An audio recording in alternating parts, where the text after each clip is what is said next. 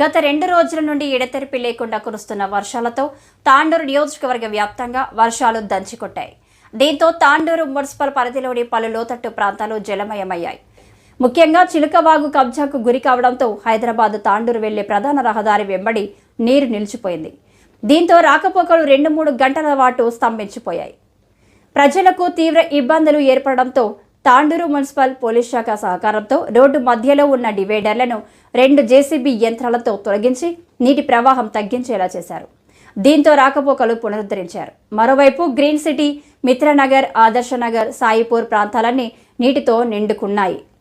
ప్రజలకు ఇబ్బందులు తప్పలేవు. ప్రజల్లో అవసరమైతే తప్ప బయటికి రావద్దని, అవసరమైతే టోల్ ఫ్రీ నంబర్కు కానీ అధికారులకు కానీ సంప్రదించాలని మున్సిపల్ శాఖ అధికారులు, పోలీస్ సిబ్బంది మీడియాతో పేర్కొన్నారు. భారీ వర్షాలతో ఎడతెరిపి లేని వర్షాల కారణంగా తాండూరులో మన ఎక్కడ చూస్తే అక్కడ నీటిమయం తాండూరుగా మారిపోయింది.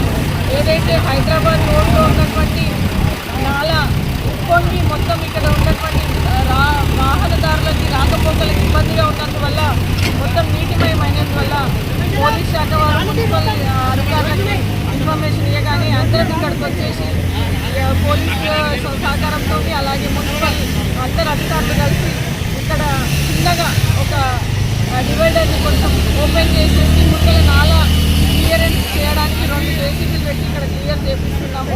ప్రజలు కూడా కొంచెం అందరూ కూడా సహకరించాలి.